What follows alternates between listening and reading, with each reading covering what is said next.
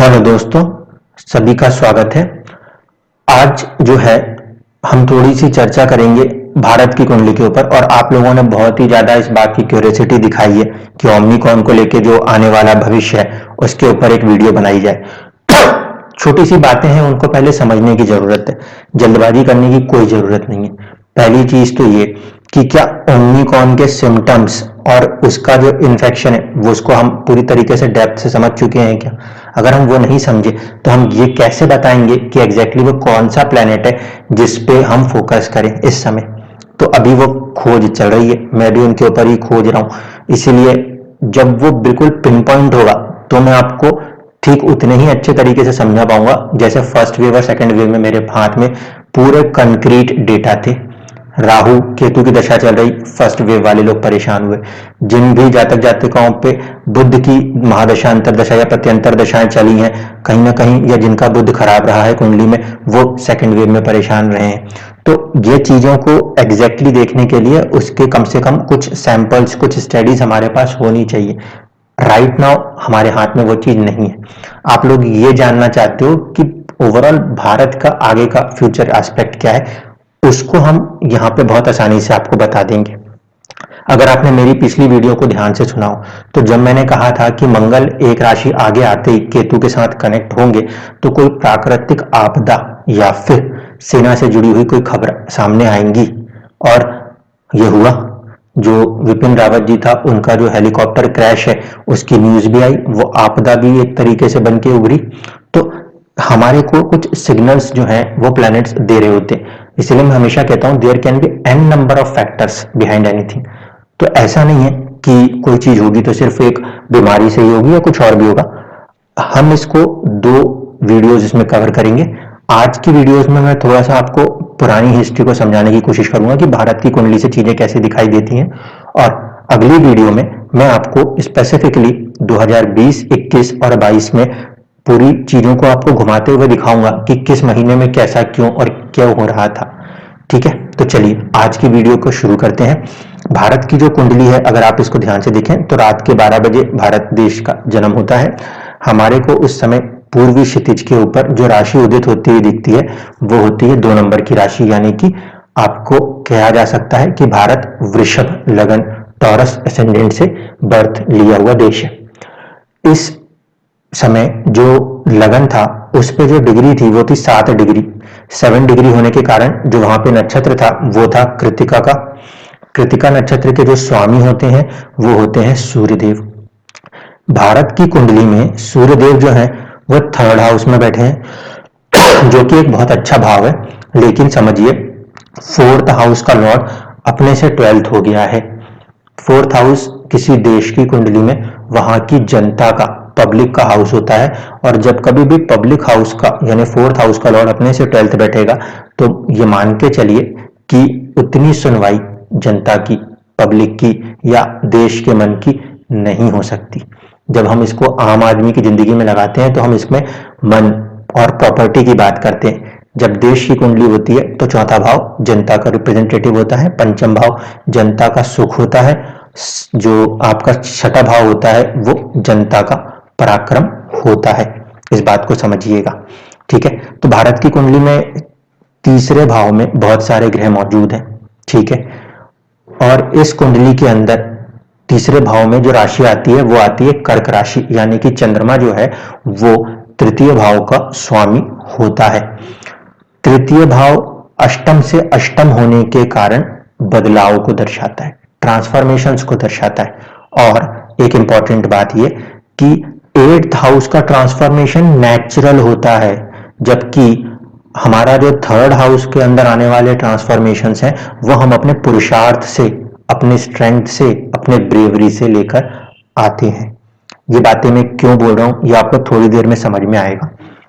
अभी आप ये समझ लीजिए कि भारत की कुंडली के अंदर जो हम पीछे के 2 केसेस को स्टडी करेंगे उसमें मुझे सूर्य की जरूरत पड़ेगी और मुझे चंद्रमा की जरूरत पड़ेगी, क्योंकि ये 2 दशाएं जो हैं इसको मैं आपको कंपेयर करके बताऊंगा और मैं समझा दूंगा अन्ना आंदोलन से लेकर आज की तारीख के होने वाले जो कृषि संशोधन है उन सबका हाल कैसा देखने को मिलता है।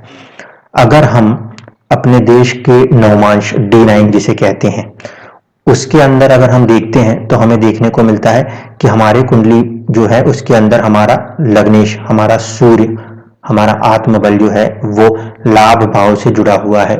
ठीक है, यहां से ये देखने में बहुत पॉजिटिव दिखता है। और दूसरी तरफ पे हम देखते हैं कि हमारा जो चंद्रमा है वो चौथे भाव में राहु केतु एक्सिस के बीच में मौजूद है। जब भी चंद्रमा केतु के साथ कनेक्ट होता है तो थोड़ा सा कहीं ना कहीं परिस्थितियों में परेशानियां देता है। बुध जो है वो हमारे किस्मत की कुंडली में कहीं ना कहीं 7th हाउस के साथ कनेक्टेड है।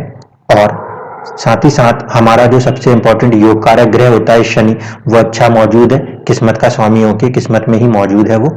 और शुक्र जो कि हेल्थ के लॉर्ड होते हैं हमारे देश की कुंडली में, जो कि राशि है आपकी वृषभ, उसके स्वामी शुक्रदेव वो किस्मत में विराजमान है। तो ये एक पॉजिटिव चीज यहाँ पर देखने को मिलती है। अब ये सारी चीजों के साथ साथ आपको मैं एक स्ट्रेंथ और दूसरी दशा समझाता हूँ। सबसे पहले देखिए कि भारत की कुंडली में सबसे स्ट्रॉन्गेस्ट प्लेनेट अगर कोई है तो वो मंगल है, और इसके बाद आता है शुक्र। मंगल जो है वो इस लगन के अंदर 12th हाउस परेशानियों का और 7th हाउस समन्वय का या पार्टनरशिप्स का लॉर्ड है। इस कारण से मंगल जो कि थोड़ा सा क्रूर ग्रह माना जाता है, वो उसका 12वें घर से एक साथ कनेक्शन भारत के लिए हमेशा एक चुनौतीपूर्ण वक्त शुरुआत से रहा है और आगे भी रहेगा। क्यों? क्योंकि जो सबसे स्ट्रॉन्गेस्ट प्लेनेट है वो कहीं ना कहीं अपने अंदर 12वें जो साइन होती है, यानी कि 12वां घर की जो एनर्जी होती है, कहीं ना कहीं परेशानियां, मानसिक परेशानियां, ऐसी चीजें, इसको हमेशा लेकर ही चलता है। इसीलिए जब से देश आजाद हुआ कोई ना कोई चीज हमें हमेशा परेशान करती रही है। 7th हाउस जो है वो मारक भाव होने के कारण भी कुछ हद तक ऐसी सिचुएशन है आपने हमेशा देखी कि जब देश आजाद हुआ तब भी सेपरेटिव टेंडेंसी बहुत ज्यादा देखने को मिली, पृथकतावाद की टेंडेंसी बहुत ज्यादा देखने को मिली थी। साथ ही साथ 12वें का स्वामी होकर मंगल इस देश के लिए 2nd हाउस में जो हमारी सेविंग्स होती है उसके अंदर बैठा हुआ, यह भी एक कारण रहा है कि देश की जनता का जो पैसा इकट्ठा होता रहा वो कहीं ना कहीं गलत कामों में खर्च होता रहा, या फिर कहीं ना कहीं जनता इस मामले में परेशान रही। दो कारण आप समझ पा रहे हो, जो देश की सेविंग्स है उसके ऊपर 12th हाउस का लॉर्ड मौजूद होना, और साथ ही साथ जो 4th हाउस जनता का होता है उसका स्वामी सूर्य होकर वो अपने से 12वें चले जाना, इसलिए जनता का जो सुनना है वो थोड़ा सा कम होता है।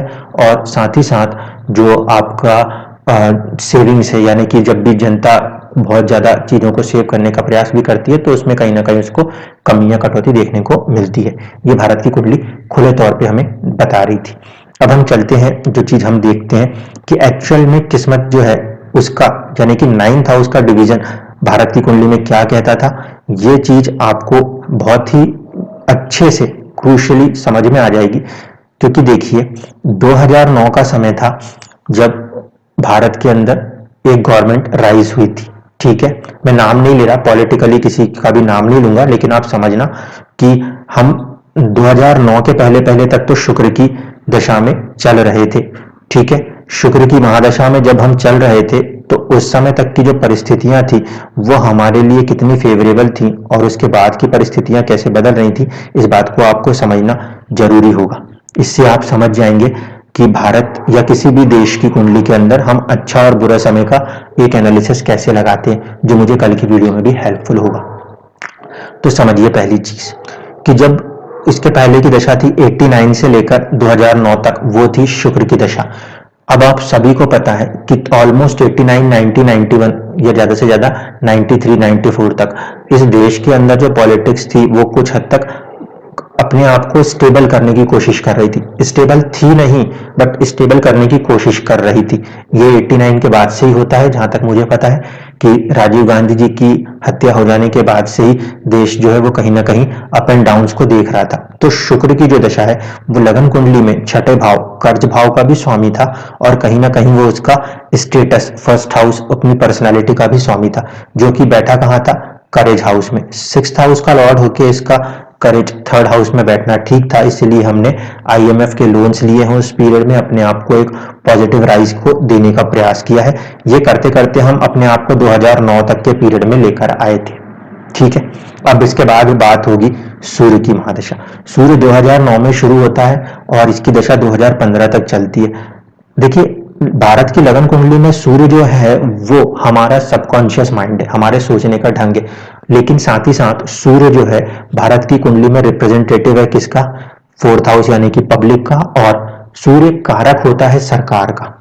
जब हम अपनी किस्मत से किस्मत की कुंडली को देखते हैं तो हम वहां पाते हैं कि वहां पे हमारा जो सूर्य है, हमारा जो सबकॉन्शियस है, वो क्या हो गया था? नीच का हो गया था, छठे भाव में आके नीच का हो गया था। ये वो दौर था जिसमें हमें नहीं पता किन सरकारों ने क्या किया क्या नहीं किया, लेकिन एक माहौल खड़ा होता चला गया। 2008 के पहले तक में एक माहौल खड़ा होना शुरू हो गया, जो कि 2009 के बाद अपना रंग दिखाता शुरू गया। और ये कहीं ना कहीं जो शुरुआत हुई उसको आप ध्यान से देखोगे तो सूर्य जो है भारत की एक्चुअल किस्मत में वो नीच हो रहा था। इसीलिए सूर्य की महादशा जैसे जैसे वक्त बीतता गया और 2010 या ये कह लूं कि 2009-2010 का समय आया, जब सूर्य में मंगल और राहु की स्थितियां मौजूद थी, तो इस देश में एक एंटी करप्शन आंदोलन शुरू हो गया। देख लीजिए, मंगल पृथकतावादी ग्रह होता है, वो 12वें घर का स्वामी है और बहुत ज्यादा बलवान है। उसकी जब भी दशा चली, उसने कहीं ना कहीं एक फोर्स दिया जिससे कि चीजों को बदलना ही है, ठीक है, क्योंकि वो सबसे बलवान ग्रह भी है। सूर्य जो कि सरकार का कारक होता है, वो एक्चुअल कुंडली में आपके जो किस्मत से किस्मत वाली कुंडली है उसमें नीच का था। सरकारों की तरफ से कुछ ऐसी गलतियां होती चली गई जिसके कारण से जनता और भी ज्यादा उग्र रूप में आगे बढ़ती चली गई। अन्ना हजारे जी वाला मूवमेंट हमने देखा इस दरमियान, जिसकी शुरुआत 2010-2011 में होती है। आप देख लीजिए 2010-2011 में जो है राहु इन्वॉल्व हो जाता है सूर्य के साथ, और राहु कहां मौजूद है? सत्ता के ऊपर मौजूद है। सत्ता उखाड़ देने की पूरी बातें शुरू हो गई, लाठियां चार्ज शुरू हो गए, देश की जनता के ऊपर जो भी हो सकता था वो सब कर दिया गया। एक माहौल अपने आप इस समय बनना था। देश की किस्मत कह रही थी कि हम वो माहौल बना देंगे कि ये सिचुएशन क्रिएट होगी, और यही कहीं पे आप देख रहे हो कि जब ये राहु की दशा 2011 तक आती है, वहां तक आते आते ये सिचुएशन बनती है। 2011-2012 में गुरु जो है वो उच्च के हैं। उस समय हमने देखा कि आश्वासन दे दिए गए चीजों को ठीक करने के, और चीजें आगे धीरे धीरे बढ़ती गई। इसके आगे की दशा आते आते तक जब हम देखते हैं 2014 में अप्रैल और इसके बीच में, तब केतु था। केतु कहाँ पे बैठा है भारत की कुंडली में? अगर किस्मत से किस्मत को देखेंगे तो वो मौजूद है आपके फोर्थ हाउस में, और लगन कुंडली में ये दिखाई देता है आपके सेवेंथ हाउस में। सेवेंथ हाउस मैंने आपसे क्या कहा था? जब भी किसी के साथ जुड़ना है, पार्टनरशिप करनी है, तो सेवेंथ हाउस आएगा। और कहीं ना कहीं किस्मत से किस्मत में वो कहाँ बैठा था? जनता वाले भाव में बैठा था। जनता क्या थी उस समय? त्रस्त थी, व्याकुल थी। उसने अपने लिए एक नया फैसला करने का निर्णय ले लिया। तो ये वो पीरियड्स थे जहां पे इस देश के अंदर न्यू पॉलिटिकल पार्टीज ने भी राइज किया, साथ ही साथ कहीं ना कहीं देश की जनता ने भी इस सूर्य की दशा के कारण, जो कि एक्चुअल में नीच हो रहा था, और मैंने आपसे कहा था कि अगर चौथा भाव जनता है तो छठा भाव उससे तीसरा होने के कारण जनता का पराक्रम है। जनता ने अपने पूरे पराक्रम को दिखाया, नई पार्टी को भी उन्होंने खड़ा कर दिया, और दूसरी तरफ एक और प्रधानमंत्री को भी उन्होंने राइज दे दी। जिस समय ये हो रहा था तब कोई नहीं जानता था कि कोई ऐसी चीज हो पाएगी कि नहीं हो पाएगी, मगर देखिए कुंडली बता रही है। इस समय मैं कोई वायरस की बात नहीं कर रहा, मैं इस समय देश की बात कर रहा हूं। देश की परिस्थितियां देश में से वो लोगों को भी निकाल के ऊपर लाती है जो चीजों को बदलना होता है। अब 2015 से भारत के अंदर 2025 तक जो दशा कहती है, वो कहती है कि भारत अब बदलेगा। क्यों बदलेगा? मैंने आपसे कहा था, तृतीय भाव का स्वामी कौन है? चंद्रमा। बैठा कहां है? तृतीय भाव में ही बैठा है, और बहुत सारे ग्रहों को लेकर बैठा है। और ये कैसे बदलेगा? ये बदलेगा अपने पराक्रम से, अपने साहस से। क्यों? क्योंकि ये तृतीय भाव है, अष्टम से अष्टम है। नेचुरली बदलाव नहीं आएगा, आपको फोर्सफुली बदलाव करने पड़ेंगे। अब आप देखिए 2015 के बाद से जो सरकार है वो कोई ना कोई मेजर रिफॉर्म्स पे रिफॉर्म्स लेके जा रही है, बार बार लेके आ रही है। और इसके पहले वाला समय जब हम देख रहे थे ये सूर्य की महादशा, उस समय सरकार चाह के भी रिफॉर्म्स नहीं ला पा रही थी, क्योंकि जो करेज होता है, जो आपके लिए आपका एक आत्मबल होता है, वो सूर्य होता है, वो सरकार का रिप्रेजेंटेटिव है। सरकार वहां पे अपने आप को इतना कंफर्टेबल नहीं कर पा रही थी, शायद इसलिए क्योंकि वो एक जॉइंट गवर्नमेंट थी, कोई सिंगल पार्टी सिस्टम नहीं था। यही कारण था कि शुक्र की उस दशा से लेकर हम ऑलमोस्ट सूर्य की दशा तक भारत के अंदर एक जॉइंट तौर पे, यानी कि ग्रुप ऑफ द पार्टीज को भारत की सत्ता में देखते थे। लेकिन जब देश की किस्मत की कुंडली बदलती है तो कहीं ना कहीं कोई ऐसी पॉलिटिकल पार्टीज राइज होती हैं जो अपने दम पे फुल मेजोरिटीज को दिखाती है, क्योंकि कोएलिशन गवर्नमेंट्स में आपको समझ में आता है कि उतनी फ्रीडम नहीं होती जितना कि वो आसानी से काम कर सके। तो मंगल की जो दशा आनी थी वो जो आगे आएगी उसका आधार बनाने के लिए, क्योंकि मंगल हमारी कुंडली के अंदर क्या है, सबसे ज्यादा बलवान ग्रह, उसका एक आधार बनाने के लिए उसके पहले वाली दशाएं उसको कुछ तो सपोर्ट करेंगी। तो यही चीज हो रही थी। सूर्य की दशा ने क्या किया, सूर्य की दशा ने जनता के अंदर एक नई चेतना का जन्म दिया, जिसे हमने अन्ना आंदोलन के नाम से समझा। इसके बाद चंद्रमा की दशा आई है। चंद्रमा की दशा जो है वो क्या करा रही है, वो इस देश के अंदर एक फोर्सफुल वे में कहीं ना कहीं कोशिश कर रही है परिस्थितियों को बदलने की। यही रीजंस है कि जब हम चंद्रमा की दशा में देखते हैं तो जनधन, जितने भी मेजर रिफॉर्म्स हो सकते हैं जनता के लिए, डायरेक्ट सब्सिडी बेनिफिट्स और ये सब कुछ, ये लिए जा रहे हैं। अब आप देखिए ये क्यों लिए जा पा रहे हैं। इस कुंडली में वापस आके देखिए, किस्मत से किस्मत की कुंडली में जो हमारा थर्ड हाउस का लॉर्ड है चंद्रमा, वो उच्च का हो जाता है और इसके बाद ये राशि परिवर्तन भी कर जाता है। समझ पाएंगे आप इस चीज को? चलिए मैं समझाने की कोशिश करता हूं। देखिए, जब थर्ड हाउस का लॉर्ड होके चंद्रमा किस्मत से किस्मत में उच्च का होता है तो तृतीय भाव मतलब पराक्रम, करेज, और वो करेज वाले भाव का स्वामी जब उच्च का होता है तो सरकार बहुत ही ज्यादा दमदारी के साथ अपने फैसलों को सामने रख देती है कि ये फैसला होगा और इसको मान्य करना होगा। और यही रीजन है कि बहुत सारे बड़े रिफॉर्म्स हमें यहाँ पे देखने को मिल रहे हैं। आज की तारीख में आप देख रहे हो वोटर आईडी कार्ड और आधार को लिंक करना, आपने डायरेक्ट सब्सिडी ट्रांसफर्स देखे, किसानों के लिए अमाउंट्स आते देखे, ये सारी चीजें जो हो रही हैं, इसको क्यों हम देख पा रहे हैं? अगर आप इसको ढंग से समझना चाहते हो तो इस चंद्रमा को समझ लो।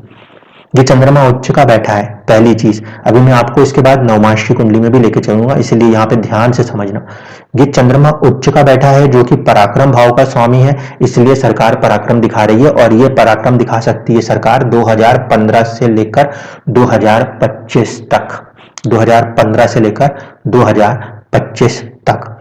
अब यहाँ पे हाउस एक्सचेंज होने के कारण क्या होगा, शुक्र जो है वो आ जाएगा अपनी राशि में और चंद्रमा चला जाएगा अपनी राशि में। उस परिस्थिति में कुछ ऐसे फैसले होंगे जो इमोशनल होंगे, क्योंकि चंद्रमा जब 4 नंबर में जाएगा तो तृतीय का स्वामी तृतीय में होगा, तब वो इमोशनल फैसले भी लेगा। ठीक है, जैसे कि कुछ कानून वापसी हुई, ये भी एक तरीके का इमोशनल फैसला है, ये हो रहा है। इसका रीजन क्या है, ये हाउस एक्सचेंज इसको करा रहा है। लेकिन 2025 तक जो भारत देश है वो कहीं ना कहीं ऐसे बड़े फैसले लेने में सक्षम बना रहेगा, ये बात यहां से क्लियर होती है। अब एक बार थोड़ा सा अपन चलते हैं D9 के ऊपर कि ये जनता से जुड़े हुए फैसले क्यों हो पाएंगे इस दरमियान, इसको समझ लीजिए। इसको समझने के लिए हम अपने देश की कुंडली और उसकी किस्मत की कुंडली को बराबर करने की कोशिश करते हैं। तो देखते हैं चंद्रमा जो है वो कहां पे कनेक्ट हुआ है किस्मत में, वो 4th हाउस को लिंक करके चल रहा है। 4th हाउस किसका है, जनता का है, जनता का सुख होता है। तो कहीं ना कहीं जनता को लेकर जितने बड़े रिफॉर्म्स होने थे वो कहीं ना कहीं हमारे को, हमारी जो किस्मत से किस्मत की कुंडली होनी चाहिए, यानी कि हमारे 9th हाउस का 9th डिवीजन होना चाहिए, वो बता रहा है कि ये चीजें हमें होती हुई दिख रही हैं। रीजन क्या है, चंद्रमा जो है वो नवमांश की कुंडली में 4थे भाव में 5 नंबर में मौजूद है, जो मैंने आपको अभी जस्ट दिखाया। अब हम जरा चर्चा करें जो दशाएं चल रही हैं उनके ऊपर। चंद्रमा में चंद्रमा की दशा चलती चलती चली, ये आई आपको 2016 तक। ठीक है, 2016 तक आपने देख लिया राफेल डील जैसा फैसला हुआ, जो कि किस नेचर में हुआ आप भी जानते हैं। इसके बाद आया मंगल। मंगल का मतलब था विरोध होना है। मंगल की दशा 2016 से 2017 रही। ठीक है, जितना विरोध हो सकते थे, हर पॉलिसी में, नोटबंदी जैसे बड़े फैसले, हर चीज, इन सारी चीजों को लेकर कुछ ना कुछ होना था, वो सब कुछ होता चला, हमने सबने देखा। इसके बाद जो पीरियड आया 17 और 18 का, वो राहु के हवाले था। कहीं ना कहीं राहु जो है वो यहाँ पे किसको इम्पैक्ट करता है, किस्मत से किस्मत में 10th हाउस को और भारत की मेन कुंडली में भारत की छवि को। तो आप देख लो 2017 और 18 के दरमियान भी बहुत ज्यादा प्रयास किए गए देश की छवि बर्बाद करने के लिए, मॉब लिंचिंग से लेकर हर तरीके की फैक्टर्स को अपनाने की प्रयास किए गए। फिर आया चंद्रमा में गुरु। चंद्रमा में गुरु को अगर अपन ध्यान से देखें तो ये वो पीरियड है 17 के बाद 18 और 19 का, 19 दिसंबर तक ये चलता है। इस समय जो ये गुरु है ये भारत की एक्चुअल कुंडली के अंदर उच्च का हो जाता है, यानी कि सबकॉन्शियस माइंड का लॉर्ड होके वो उच्च का हो जाता है। इसका रिजल्ट इंपैक्ट क्या होता है कि ट्रांसफॉर्मेशंस को सपोर्ट ही करना था। ट्रांसफॉर्मेशन है ना 8वां घर, उसका स्वामी कहीं ना कहीं उच्च का हुआ 3rd हाउस में, ट्रांसफॉर्मेशन को सपोर्ट करना था। वो पार्टी और ज्यादा स्ट्रांग होके जीत के आ गई कि अब उसको दूसरे भी पार्टी का सपोर्ट लेने की जरूरत नहीं, कंप्लीट फुल मेजॉरिटी। ये इस कारण से हो रहा था, चंद्रमा और ये गुरु के कॉम्बिनेशन के कारण। इसके बाद आया चंद्रमा में शनि का कॉम्बिनेशन। ये देख लीजिए, ध्यान से देखिए इस बात को, मैं इसको थोड़ा बढ़ा रहा हूं ताकि आप इसको और क्लियरली समझ सको कि ये जो पीरियड बना है 2019 के दिसंबर में, यहां से ही जाके कहीं ना कहीं एक आपदा शुरू हुई थी जिसे हम दुनिया में किस नाम से जान रहे थे, कोविड। ठीक है, सितंबर से वहां शुरू हुई, लेकिन भारत ने इस चीज को कहां से पकड़ना शुरू किया, दिसंबर के आसपास। अब आप देखिए इस कुंडली के अंदर शनि जो है ये कैसे बैठे हैं, ये शश महापुरुष राजयोग लगा के बैठे हुए हैं। लेकिन जब भी 10th हाउस में शनि बैठेंगे तो क्या होगा, अप्स एंड डाउन्स देखने को मिलेंगे। और यही चीज हो रही थी।